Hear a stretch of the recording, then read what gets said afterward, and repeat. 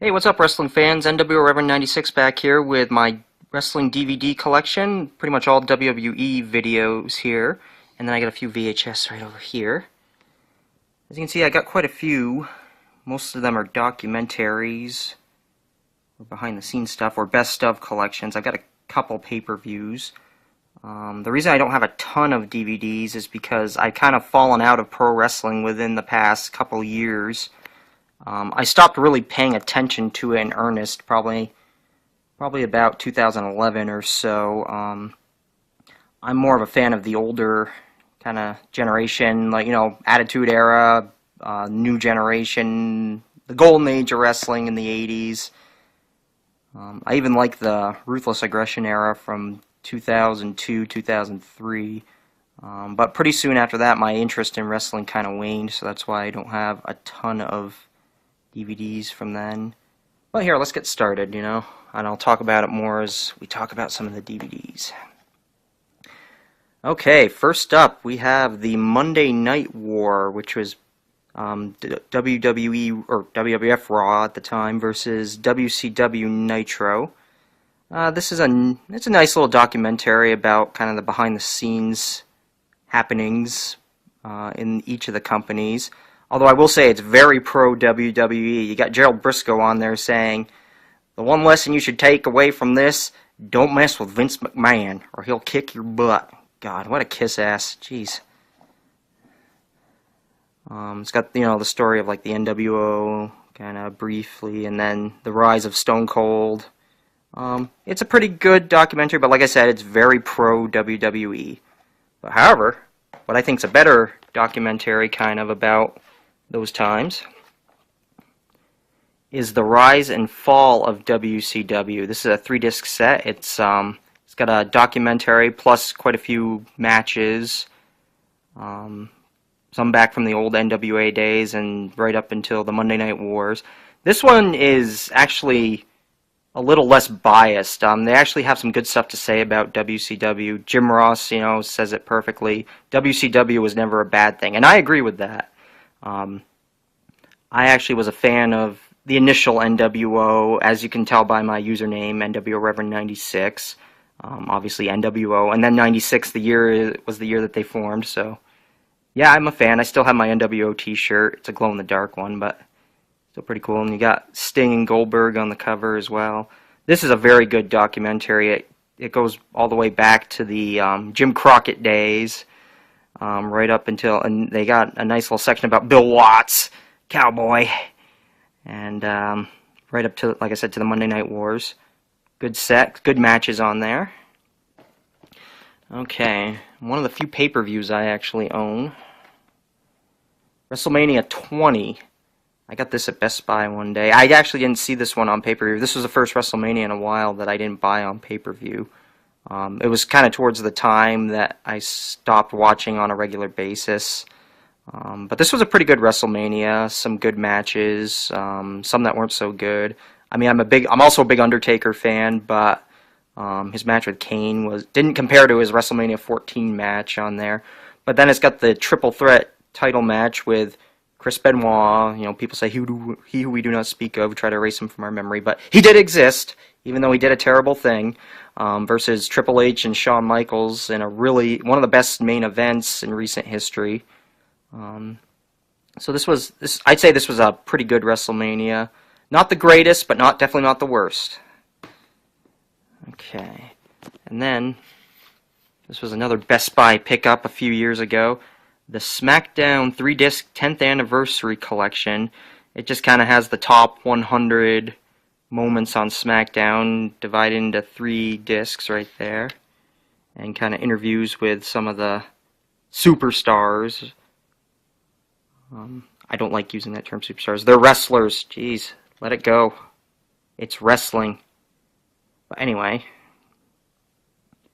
kind of has a little synopsis of what's on each disc on the back there.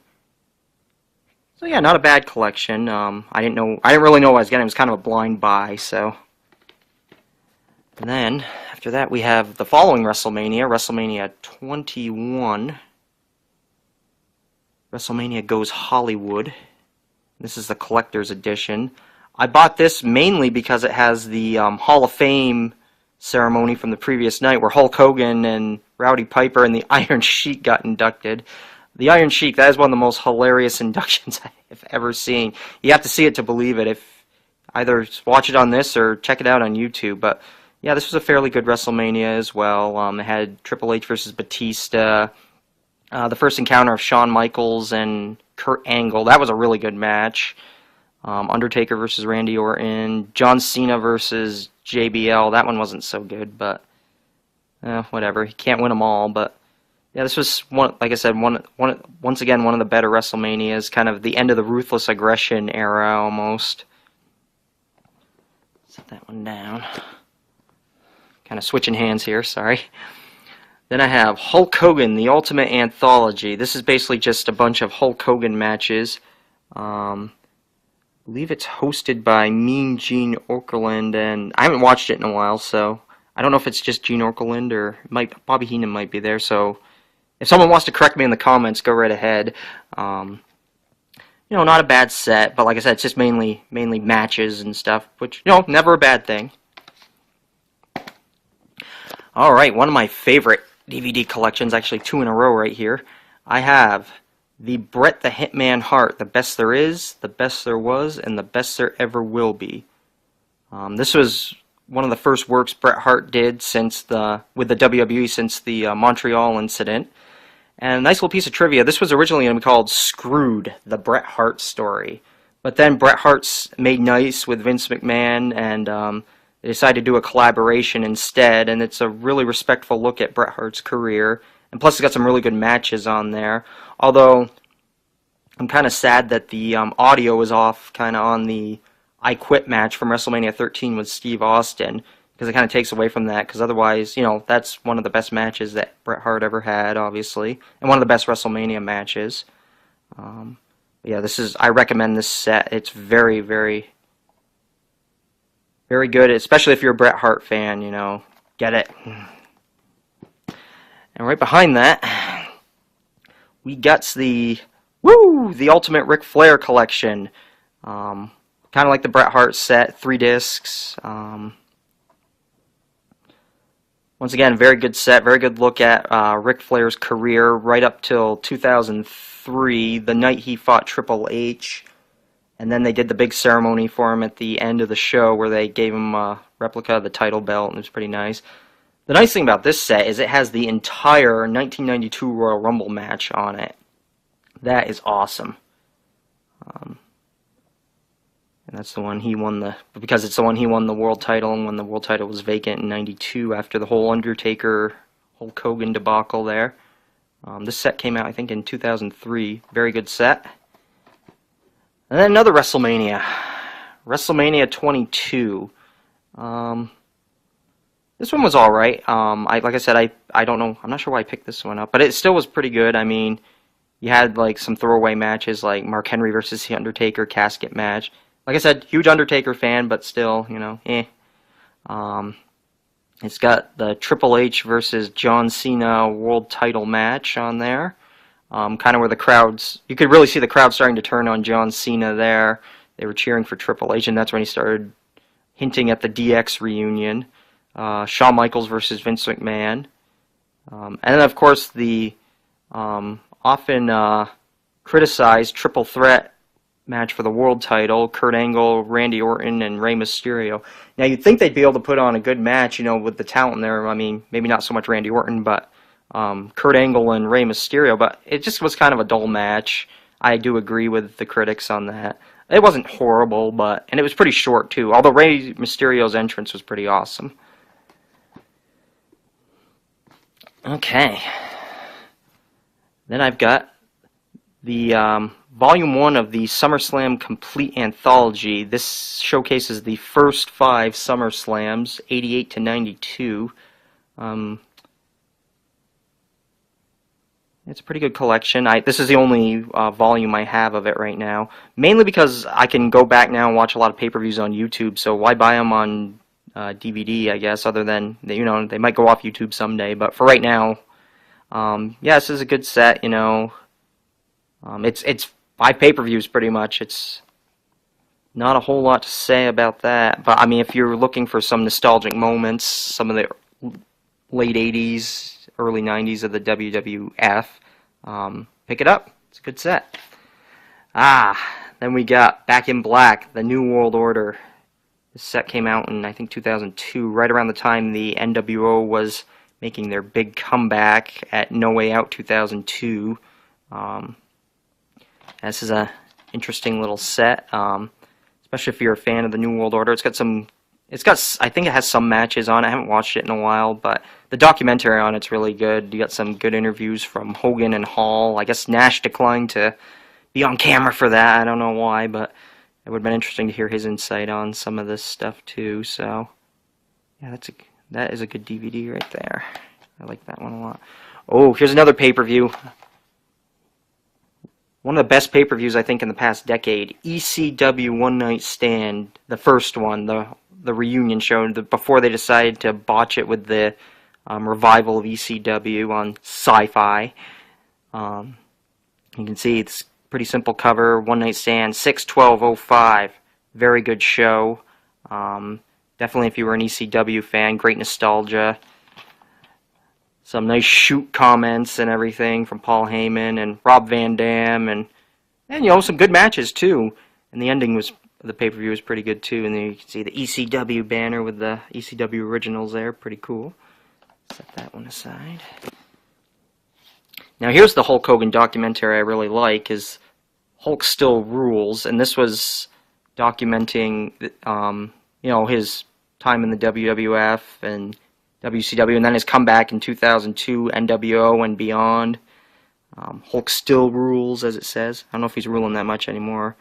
I guess he rules the sex tape industry now. But in all seriousness, I used to love Hulk Hogan, so I'm not going to rag on him too much for that. Yeah, and some nice extras. This has some of the 1990 Royal Rumble on it, but unlike the Ric Flair one, it starts right when Hulk Hogan enters, which was pretty late in the match. That was a little disappointing, but other than that, it's got some good matches on there. Put that one aside. And then we got another good Ric Flair collection here. Ric Flair and the Four Horsemen. This is a really nice documentary about the Four Horsemen. It documents the beginnings of the group and right up until the last incarnation, which was it Dean Malenko, Chris Benoit, Mongo, Arn Anderson, and Ric Flair. Yeah, I can't believe. And they have interviews with most of the original Four Horsemen, except for Ole. He's not on there. I don't think he's on good terms with the WWE or something like that. But they have like J.J. Dillon, Tully Blanchard, and of course Arn Anderson and Ric Flair and Barry Windham. And on the cover, that's the third incarnation of the Four Horsemen there. Because although I'd like to say second, because I don't like to count Lex Luger as a member of the Four Horsemen. But a really good set. Some good matches on there. I know I've been saying that a lot. Good matches on here, but that's mainly what you got with DVDs. Documentary/matches. Oh boy, here we go. Load the ship with the rocket fuel. Load it with the warriors. We got the self-destruction of the Ultimate Warrior. Okay, that was probably a bad impersonation of the Ultimate Warrior, but, you know, I do my best. Yeah, all I'm going to say is, if you're looking for something to laugh at, this is... I can't even keep my composure here taping. This is pretty funny, yeah. You know, they quote, document the Ultimate Warrior's beginnings in the WWE, and then his rise to fame, and then his downfall. And this is another one that's very one-sided. It's very pro-WWE, anti-Ultimate Warrior. I'd almost call it an Ultimate Warrior snuff film, kind of. It looks like I got a sticker on there, too. That's what that down arrow is. I don't know where that came from, but anyway. If you're looking for a good laugh, I definitely recommend this one right here.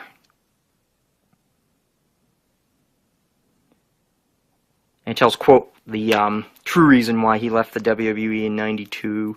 My only disappointment is it doesn't have much of the feud with Jake the Snake Roberts and the Undertaker on it. I wish that was comedy gold right there when he and Jake were in the graveyard, and he was burying him up to his neck, and then the fake snake bites the Ultimate Warrior.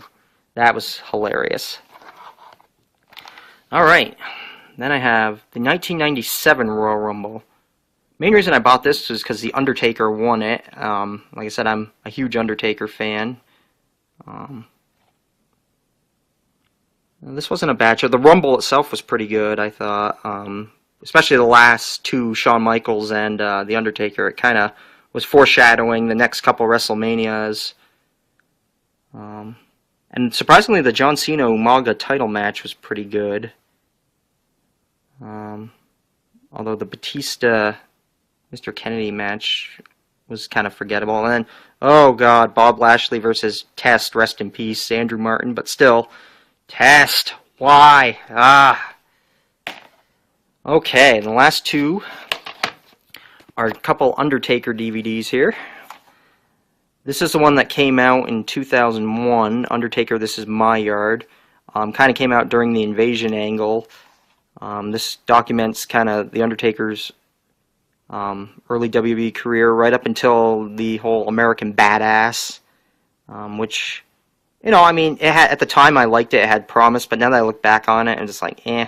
It actually got better, I think, when he became a heel and cut his hair, even despite the fact that I didn't like the fact he cut his hair, but still, that's just personal preference. But yeah, it's pretty good, you know, it's the most real that I've seen the Undertaker in an interview, so it's pretty cool. And it's got a couple good matches on there. It's got a couple of the Hell in the Cell matches, with the one with Shawn Michaels and the one with Mankind from King of the Ring '98. Yeah, that one up there. And then the other Undertaker one I have is the History of the Undertaker. It's a 3-disc set. It basically has all of the Undertaker's, I would say, his best matches. And I think they're all listed right there, 21 matches. I don't know if you can read that or not. It's a little blurry, so I do apologize. And it ends with, it basically is his career right up to his return at WrestleMania 20 when he became the Dead Man again. But yeah, like I said, all the famous matches, like the casket match with the Yokozuna, the first and second encounter with Kane, the match with Triple H at WrestleMania 17, you know, and so on and so on. Okay, so that's my DVD collection, and like I said, I've got a few VHS here. Most of my VHSs are buried in my closets, but these, for some reason, these are the ones that I have, so I thought, what the heck, I'll break them out. This is the oldest one I was able to find, and I can tell it's old because it's not WWE home video, it's Coliseum video. For some reason I have the '93 Royal Rumble, I don't know why. I think I might have borrowed it from someone, actually, and I think they moved away and I never gave it back, so whoever I borrowed it from, I'm sorry. But anyway, back in the dark days, kind of the WWE, kind of '93, the post-Hulk Hogan. I mean, I like the fact they were pushing Bret Hart at the time, because I really like Bret Hart, but business was down at the time. The main event, other than the Royal Rumble itself, was Razor Ramon versus Bret Hart for the world title, and you know, it was an okay match, but they had a better match, I think, at King of the Ring later that year in the tournament. So that was, and then this is a WWF home video version of WrestleMania 2, which is definitely seen as one of the not one of the better WrestleManias. It's the one that was in 3 cities. The main event was Bundy versus Hogan in LA, I believe. Yeah, I mean, it's good to watch for like nostalgia and stuff. But other than that, and plus they had some really bad celebrities at that one too. I don't remember who. But then we'll end on one that I'm not super ashamed of here. WrestleMania 6, the Ultimate Challenge. Intercontinental title versus world title, Hogan versus Warrior. I always forget that the Intercontinental title was also up for grabs in this. That would have been interesting if Hogan had won, because he didn't really seem the type to be Intercontinental Champion. There's Boss Man and Akeem, formerly known as the One Man Gang. Yeah, Macho King, yeah. I've been in a cyclone, I've been in the danger zone, yeah. Sorry, had to get that out of my system. And then, of course, Hogan Warrior there.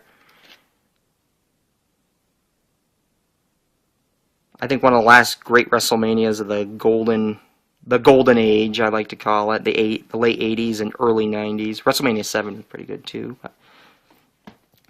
So that's my DVD collection for wrestling right there. And then what I could pull out of my VHS collection, I mean, I've got a lot more. I've got a ton of Raws and pay-per-views on tape from, I'd say, about 96 till about 2000, maybe some even 2001, when I was still really hardcore into wrestling. Like I said, I love the 80s in wrestling. I did kind of fall out of it in after 92, but I got back into it before a lot of people did with the Attitude Era. I got back into it right around the new generation, like late 94, 95 or so, and I was a huge fan right up until about the Invasion, and then my interest really started to wane a little bit, and then it kind of leveled out in 2002, 2003, 2004, and but just in the past few years, I would say, I've really fallen out of it because I'm not going to say oh, the Attitude Era was awesome, it needs to come back. No, I'd like to see new stuff and new ideas. It's just that what they're doing right now, it's just, and you can tell by the ratings. I mean, let me just equate it to music here. It's just I equate the Attitude Era to I like to call it the heavy metal era, and I'm a big heavy metal fan too. I don't like pop music or anything, and I'd say right now we're in the pop era. And heavy metal, it's kind of more underground, but ironically, that's when the WWE, their ratings were actually the highest, when they were the most popular, as opposed to right now, where they're trying to do all this, I don't know, kind of hip-hop, pop kind of image, especially with the reality shows like that stupid Totally Divas show, which I've never seen, and I don't plan on seeing, but yeah, it's just not a fan of what they're doing right now. I do like a lot of the new stars like Daniel Bryan and The Shield, and I was a big fan of the Summer of Punk, so I did like that. But other than that, they're just not reaching out to the old fans, I don't believe, that were, especially the fans from their big boom periods like the 80s and the Attitude Era. So yeah, I'm a little disappointed, but I'm hoping maybe someday I'll get back into it. I mean, my wife's not really that big into pro wrestling, so that kind of helps me with not being quite as into it. And I'm sorry I'm kind of going on a rant here, but pro wrestling is something that I was a real big fan of, and I just, I love talking about it. And if anybody ever wants to talk about it, you can leave comments on my videos, and I would love to discuss it with you. I'm a fountain of knowledge when it comes to a lot of the older eras, like the NWA, the Attitude Era, the Golden Age, the early 90s, and even in the early to mid 2000s. I love the past of pro wrestling. I just don't like the present. And this is NWO Reverend 96 signing off, and I will see you in later videos. Comment below and subscribe if you like what you see.